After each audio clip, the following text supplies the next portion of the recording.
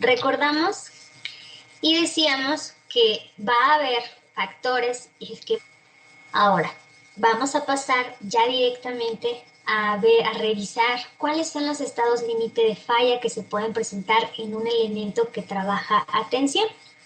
Como les decía, pues es relativamente sencillo. Entonces, el primer modo de falla que puede presentar un elemento que trabaja a tensión es la afluencia del área total o el flujo plástico en la sección total. Hace un rato, cuando platicábamos de la curva esfuerzo-deformación, decíamos que era deseable tener deformaciones controladas. ¿Qué pasa si yo no tengo deformaciones controladas? Estoy entonces en un caso de flujo plástico, donde mi elemento tiene deformaciones muy importantes.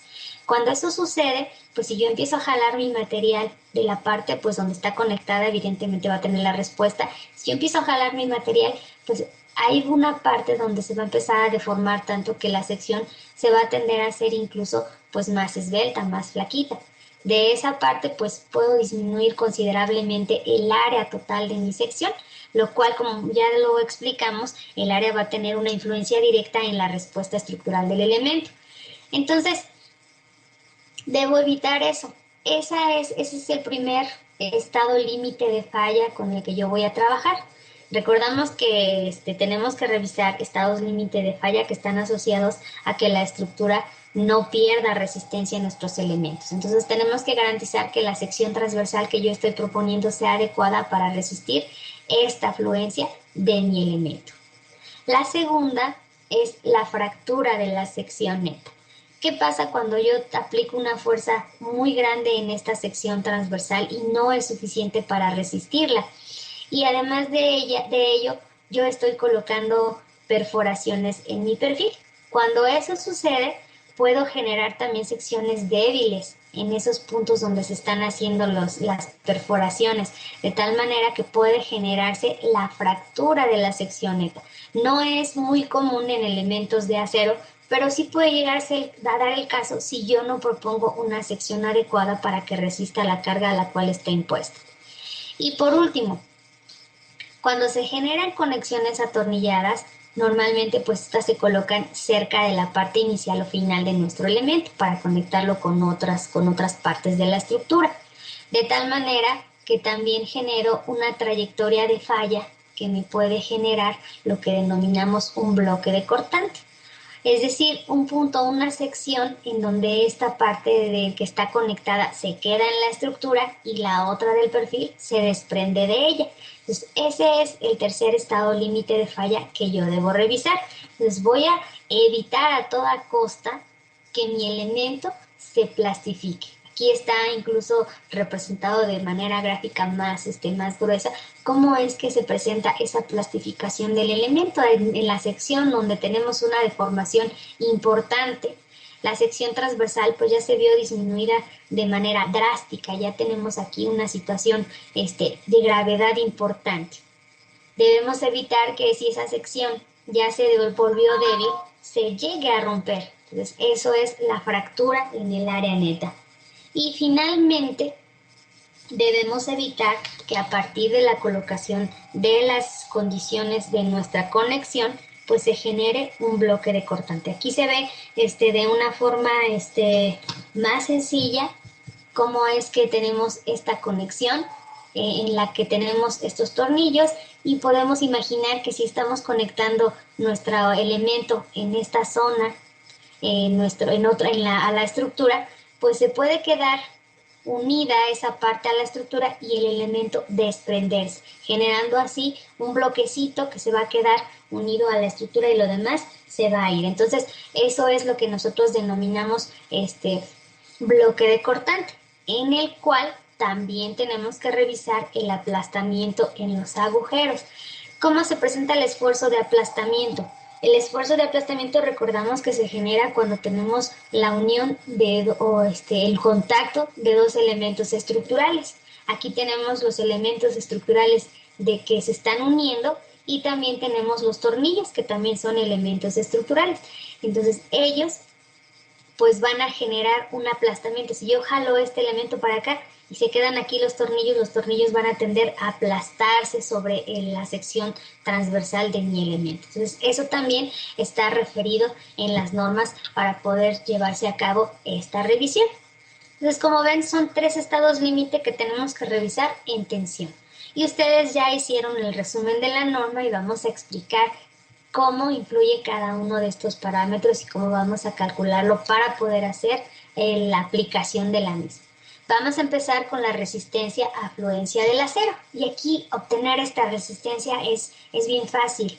Esta ecuación, ya les decía, podemos tener P o podemos tener R y es exactamente lo mismo. Entonces aquí ya estamos teniendo la resistencia nominal. Ojo, voy a hacer referencia única y exclusivamente al diseño por factores de carga y resistencia. Y ustedes, cuando hagamos ejercicios, van a hacer la aplicación de la norma en la parte de esfuerzos admisibles. Entonces, todo lo que vamos a ver siempre nosotros va a ser por LRFD y ustedes van a hacer lo correspondiente a ASD. Pero es exactamente lo mismo. Si yo le quito aquí el phi a mi ecuación, lo que estoy obteniendo es únicamente Rn. Y para poder aplicar ASD, únicamente divido entre omega. Entonces, es sumamente sencillo. Por eso únicamente vamos a ver todo con LRFD. Entonces, ya aquí tenemos la resistencia nominal factorizada. La resistencia nominal factorizada, pues obviamente es el factor para tensión, para el estado límite de fluencia, por el esfuerzo de fluencia por AG. Esta AG yo la puedo ver como el área global de mi sección transversal. FY, el esfuerzo de fluencia del acero, que ya dijimos va a depender del tipo de material. Y phi es el coeficiente de reducción, que en este caso es 0.9. Nosotros en nuestra gráfica encontramos un punto de fluencia y un punto de fractura. Y en la tabla de la ASTM ya tenemos esos valores de fluencia para cada tipo de material. Entonces ya tendríamos en nuestra ecuación cuánto vale phi, porque es de la norma, cuánto vale FY, porque vamos una de dos. O nos van a indicar qué tipo de material vamos a usar o nosotros lo vamos a proponer. En cualquiera de los dos casos nosotros tenemos la fortuna de contar con el valor de FY. Pero nos falta el valor de AG. ¿Quién es AG? AG es el área global o el área total de la sección transversal de un miembro. Nosotros damos por hecho que a lo largo de todo el elemento la sección transversal se mantiene constante. De tal manera que si yo tengo un perfil estructural o una placa, por ejemplo, pues nada más veo cuál es la sección transversal que le corresponde y en este caso pues es un rectángulo. Fácilmente con el ancho del rectángulo y el espesor de la placa puedo obtener el área. ¿Qué pasa si tengo un elemento que está conformado por varios perfiles? Por ejemplo, aquí está compuesto por 3 placas. Pues únicamente tengo que sumar el área de cada una de esas placas. Entonces, tener la sección transversal total de un elemento es muy sencillo. Una de dos, la calculamos de acuerdo a la geometría que tiene esta, o bien, como es más recurrente, hagamos uso de los perfiles que ya vienen laminados y nada más hacemos referencia al elemento con el que vamos a diseñar y de ahí tomamos cada uno de los parámetros que necesitamos. Y el primero de ellos es el área global AG o el área total en mi sección transversal. Entonces con eso, me regreso tantito, con eso pues ya tenemos fácilmente la resistencia nominal de nuestro elemento, así de fácil. Ya revisamos el primer estado límite. Ya calcularíamos la primera resistencia nominal factorizada. Vamos con la resistencia a la ruptura del acero. Aquí pues ya es un poquito más elaborado la manera en la cual vamos a obtener la resistencia a la ruptura del acero. Dijimos que esta posibilidad se presenta cuando nosotros tenemos ya considerada la conexión de nuestro elemento con las demás partes de la estructura. Entonces va a depender de si está conectada con soldadura o está conectada con tornillos. Entonces, nuestra ecuación dice que ya la resistencia nominal factorizada Rn es igual a precisamente ahora el factor para ruptura por Fu. Como ya estamos revisando el estado límite de fractura, en nuestra curva de esfuerzo de formación, pues ya nos pasamos al límite de resistencia de nuestro elemento y dijimos que tenemos que evitar eso, ¿verdad? No tenemos que llegar a este punto y todos estos factores pues nos hacen que no lleguemos a él, pero debemos considerar que puede resistir como máximo este esfuerzo de ruptura, es decir, el límite al cual podemos hacer uso de nuestro material antes de que este falle. Entonces, FU es un valor que nosotros también ya conocemos. Y después tenemos AN y U. AN es el área neta de la sección transversal. Y aquí pues vamos a ver cómo la vamos a calcular. Y U, hablamos que tenemos que ver esa distribución no uniforme de esfuerzos, cómo impacta en la respuesta estructural del elemento a tensión. Esa distribución no uniforme que se genera cuando ponemos huecos o cuando calentamos el material. Este factor U es el factor de cortante diferido, que ya platicamos, lo tenemos en las tablas. Vamos a ver qué es el área neta. Esta área neta es un factor muy importante, que no nada más incide en elementos que trabajan la tensión, incide en todo tipo de elementos que se vea reducida su sección por la presencia de agujeros para conectores. Ya sea cuando colocamos tornillos o remaches, es imprescindible establecer que esa área que nosotros consideramos en un inicio era la que nos iba a resistir toda la fuerza de tensión, pues ahora ya no es la misma, ahora es más pequeñita, ahora ya está disminuida porque le estamos quitando estos huecos. Entonces, cuando hablamos de área neta, nos referimos a esa área reducida. Y nosotros la vamos a calcular, esa área neta, como el área global que ya teníamos en el estado límite anterior, menos el área de perforaciones. Y le vamos a sumar algunas inclinaciones. Vamos a ver cómo obtenemos este resultado de área neta. Entonces, AN es el área neta de nuestra sección y dijimos que corresponde al área global de mi sección, más el área de las perforaciones, más el área de las inclinaciones. Vamos a suponer que nosotros tenemos una conexión, un elemento que trabaja a tensión y como vemos, hacemos un corte en determinado punto en el cual el nivel de esfuerzos es completamente uniforme y tenemos toda el área para resistirlo y en ese punto tenemos toda el área tenemos una redistribución de esfuerzos uniforme. Esa es la premisa. ¿Qué pasa cuando a medida de que yo voy teniendo estas perforaciones que se generan aquí, yo voy cambiando esas secciones transversales donde estoy haciendo los cortes? Yo debo de identificar cuáles son esos cortes que se me pueden presentar en mi sección transversal llamándole trayectorias de falla. ¿Qué pasa si mi elemento, por esta generación de agujeros, tiende a cortarse por este punto, así por esta línea roja número 1? Yo voy a tener una generación de una sección transversal en la cual estoy quitando esta parte del primer agujero, esta parte del segundo, y ahora quien me resiste el esfuerzo de tensión pues son nada más estos pedacitos de área. Entonces aquí se vuelve una sección crítica.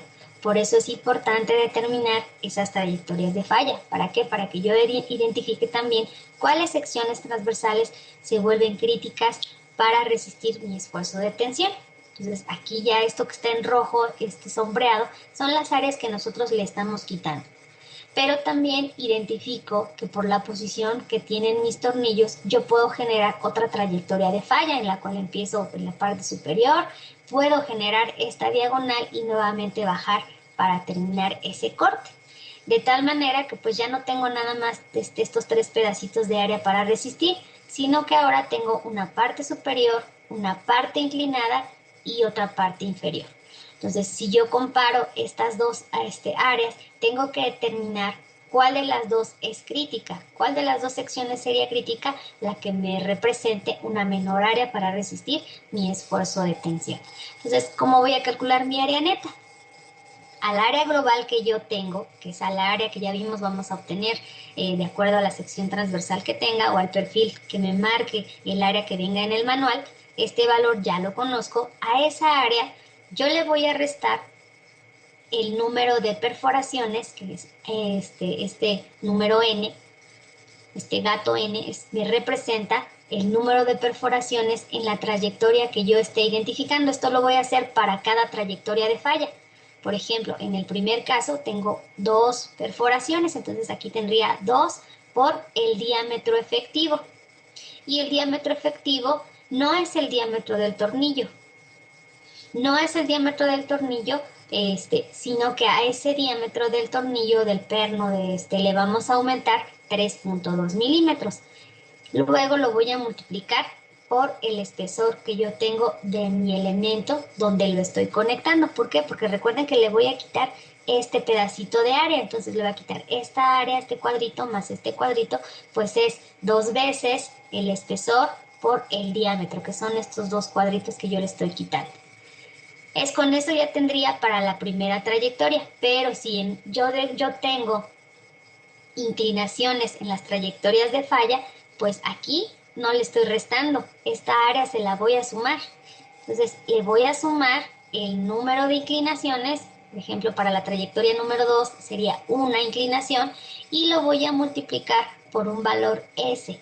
Ese va a ser la relación que exista entre los 2 agujeros, la separación que yo exista entre los agujeros de manera horizontal. Entonces, por ejemplo, aquí estoy suponiendo que todos mis agujeros están separados a la misma distancia, pero si yo tuviera separaciones diferentes entre los agujeros, tendría que considerar esta separación S, que se denomina paso, para cada trayectoria e identificar cuál es la trayectoria que me genera un área crítica. Entonces, ese va al cuadrado y lo voy a dividir entre 4 veces la distancia ahora en vertical entre los agujeros, la cual se llama G y es el gramil.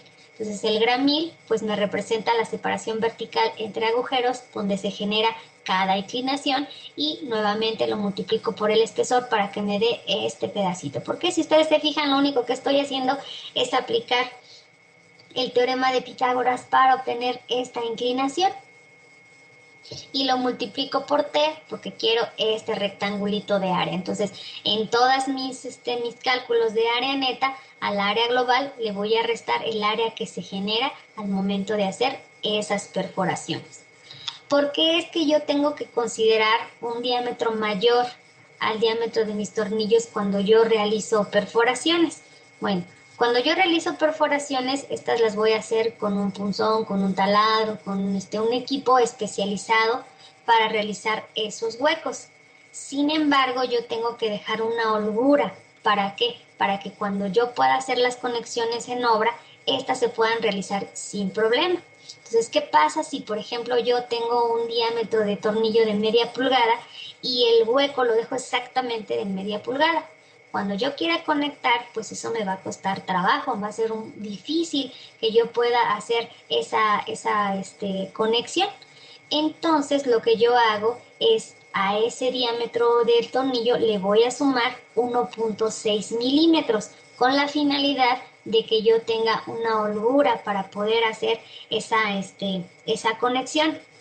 Y por otro lado, cuando se realiza el punzonamiento, no quedan los agujeros exactamente del tamaño que yo los estoy solicitando. A lo mejor dije, pues si son de media, ahora le voy a sumar 16 milímetros y ya con eso es suficiente para que hagan el hueco.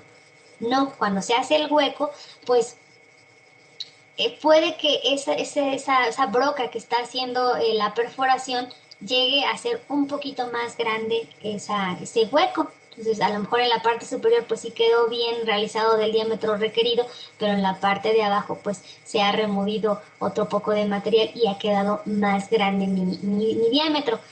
Entonces, a ese diámetro que yo ya le había sumado 1.6 milímetros para que tenga holgura para conectarse, le voy a sumar otros 1.6 milímetros que pueden darse por generación del proceso de fabricación de mis agujeros.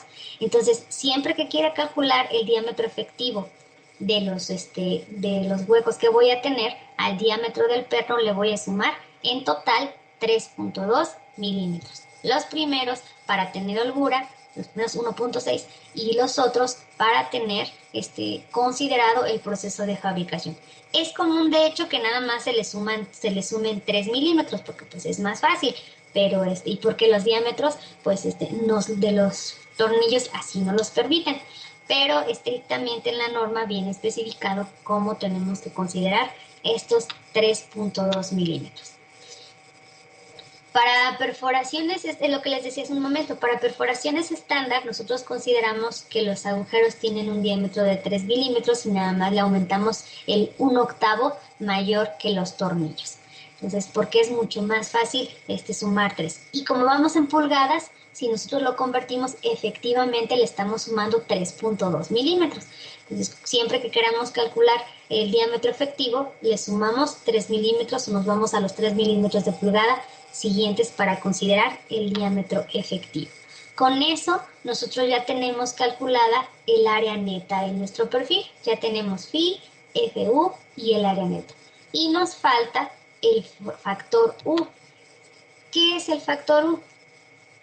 El factor U nos va a considerar aquella distribución no uniforme de esfuerzos. Por lo tanto, es un castigo de la norma para tener en cuenta esta distorsión de flujo de esfuerzos entre las conexiones de nuestros elementos, ya sea cuando están conectados con tornillos o ya sea cuando estén conectados mediante soldadura. Y como lo había comentado, estos factores los vamos a buscar en nuestra tabla de factor de cortante diferido para conexiones de miembros a tensión, dependiendo del caso en el que nos encontremos, tipo de conexión y forma de nuestra sección transversal, pues vamos a aplicar cada caso. Por último, el tercer estado límite de falla con el que nosotros tenemos que revisar un elemento que trabaja a tensión es el desgarramiento en bloque. Aquí incluso pues está graficado de una manera más fácil de visualizar. Yo estoy suponiendo que este elemento está conectado a la demás parte de la estructura, pero ¿qué pasa si yo debilité tanto esta zona al momento de hacer los huecos de mi conexión que generé una parte de mi sección transversal que puede llevar a cabo una fractura? Y esta sección se quedó pegada a la conexión y lo demás pues falló. Pues yo tengo que garantizar que eso no suceda. ¿Cómo lo voy a garantizar? Pues que esta parte sea lo suficientemente fuerte para resistir los esfuerzos que se presentan en esa zona. Sin embargo, los esfuerzos que se van a presentar ya no van a ser solamente de tensión, sino que también en este punto, precisamente porque yo tengo una fuerza que sostiene a este elemento que va hacia la izquierda y una fuerza de tensión que está jalando al elemento hacia la derecha, en esta zona lo que voy a generar es un esfuerzo cortante. Una fuerza va para un lado y otra para el otro y el elemento se corta. Habíamos comentado que los elementos que están sometidos a tensión difícilmente presentan otro tipo de esfuerzo y efectivamente nada más es una zona de corte. No quiere decir que el elemento a tensión desarrolla cortante. Quiere decir que en la conexión se puede desarrollar una parte muy específica que se puede cortar. Entonces tenemos que garantizar que esto no suceda. Entonces vamos a tener que revisar en este bloque de cortante la zona de cortante junto con la zona de tensión de mi elemento. Entonces aquí lo que me va a importar identificar para poder aplicar estas normas en la parte de desgarramiento en bloque es establecer las áreas que me van a dar la respuesta ante la zona de cortante y ante la zona de tensión. Entonces vamos a calcular la zona neta a tensión y lo único que vamos a hacer va a ser el área global. Aquí me sobró aquí es el área global por el espesor menos el número de perforaciones que nosotros tengamos aquí. Aquí nada más tenemos esta diagonal que tenemos aquí, este huequito, y por eso es menos 0.5 por el diámetro efectivo por el espesor. Entonces tenemos este rectángulo y le vamos a restar este pedacito de hueco que tenemos aquí. Si nos fuéramos más arriba y tuviéramos más huecos, pues tenemos que restarle estos pedacitos que se generan aquí de área que le estamos quitando. Y el área global acortante, pues es todo este rectángulo, nada más sería la longitud de ese bloque de cortante por el espesor de mi elemento. Y si queremos el área neta acortante, pues le vamos a restar estos pedacitos de área que se generan al quitarle por los huecos. Únicamente le multiplicamos el número de huecos menos 0.5. ¿Por qué menos 0.5? Pues porque nada más es la mitad por el diámetro efectivo por el espesor. Una vez que nosotros tenemos esas áreas, pues ya nada más aplicamos la ecuación correspondiente a desgarramiento en bloque, en el cual pues tenemos la resistencia nominal es igual al factor phi por FU, que conocemos phi, conocemos FU, FU, el área neta a tensión, aquí me sobró una T, era subíndice, perdón, el área neta a tensión, que también ya la tenemos, más el mínimo, y aquí tenemos que hacer la comparación de este mínimo, el mínimo que podemos tener por el esfuerzo relacionado al cortante en el área global a cortante y en el área neta a cortante. Entonces ya vimos cómo vamos a calcular cada una de esas dos áreas y sin problema podemos aplicar estas ecuaciones para poder terminar el diseño de mi elemento. De tal manera que nosotros podemos resumir este diseño en un pequeño procedimiento que vamos a ver que es sumamente sencillo y del cual ustedes van a desarrollar su correspondiente hoja de cálculo. ¿Para qué? Para que sea muy fácil que ustedes puedan realizar el diseño de cualquier elemento. Entonces lo único que vamos a ver es que algunos elementos pues van a tener algunas pequeñas variaciones en cuanto al área, en cuanto al tipo de material que vamos a utilizar. Si la conexión es soldada o atornillada es donde tenemos que tener más cuidado porque el factor U sí lo tenemos que buscar de la tabla, pero prácticamente pues es el proceso que nosotros vamos a utilizar para desarrollar el diseño de un elemento que trabaja a tensión. Nosotros vamos a partir de valores que ya conocemos. Aquí me faltó ponerles el más importante. Nosotros vamos a partir del resultado del análisis estructural. Hay ocasiones en las que solamente queremos conocer la resistencia de un elemento. Entonces podemos aplicar este procedimiento. Pero hay ocasiones en las que tenemos que proponer un elemento que resista cierta carga o esfuerzo en particular. Entonces tenemos que partir de ahí para obtener la resistencia de diseño, es decir, cuál es el valor factorizado de resistencia que tiene que aguantar el elemento. Y lo tenemos que comparar con el factor aplicado a la resistencia nominal. De esa manera podemos decir que nuestro elemento resiste o no, o es adecuado o no. Entonces aquí en el procedimiento de diseño, pues yo creo que antecedería en primer lugar los resultados del análisis estructural, donde yo conozco el valor de la carga o del esfuerzo que tiene que resistir mi elemento. Entonces, partiendo de ello, pues ya puedo hacer todo el procedimiento para comparar.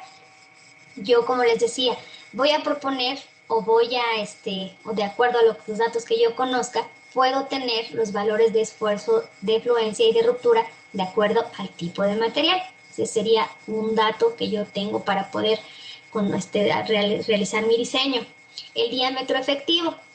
Yo también voy a tener la posibilidad de conocer el diámetro de mis perforaciones a partir del diámetro de los pernos, que los diámetros de los pernos me lo van a dar o yo también lo puedo proponer. Le voy a sumar a ese diámetro del perno los 3.2 milímetros, ya explicamos por qué. Y voy a tener mi diámetro efectivo. La carga axial a tensión, que es con la que voy a comparar mi esfuerzo a tensión. El área global, que lo puedo tener de catálogo o bien lo voy a calcular, y ya puedo empezar a hacer la revisión de mi elemento. La resistencia a fluencia, vimos que es muy sencillo, la resistencia a la ruptura, solamente tengo que identificar las trayectorias de falla para establecer cuál es la más crítica, y para el cortante diferido usar la tabla de 3.1 de la norma, y ya calculé la resistencia a ruptura. Y finalmente la resistencia a desgarramiento del bloque, identificar cómo es que se presenta el bloque de ruptura. Hay elementos en los que no se va a presentar el desgarramiento en bloque, porque por el tipo de conexión. Entonces, con que yo revise fluencia y ruptura es más que suficiente. Pero si hay posibilidades de que se presente el desgarramiento en bloque, ya vimos cómo calcular el área global acortante y el área neta acortante para poder hacer esta comparación. Una vez que yo tengo las tres resistencias nominales factorizadas, me tocaría ya comparar con esa resistencia actuante en mi elemento y decidir si la sección que estoy proponiendo, la sección que estoy diseñando, es adecuada para resistir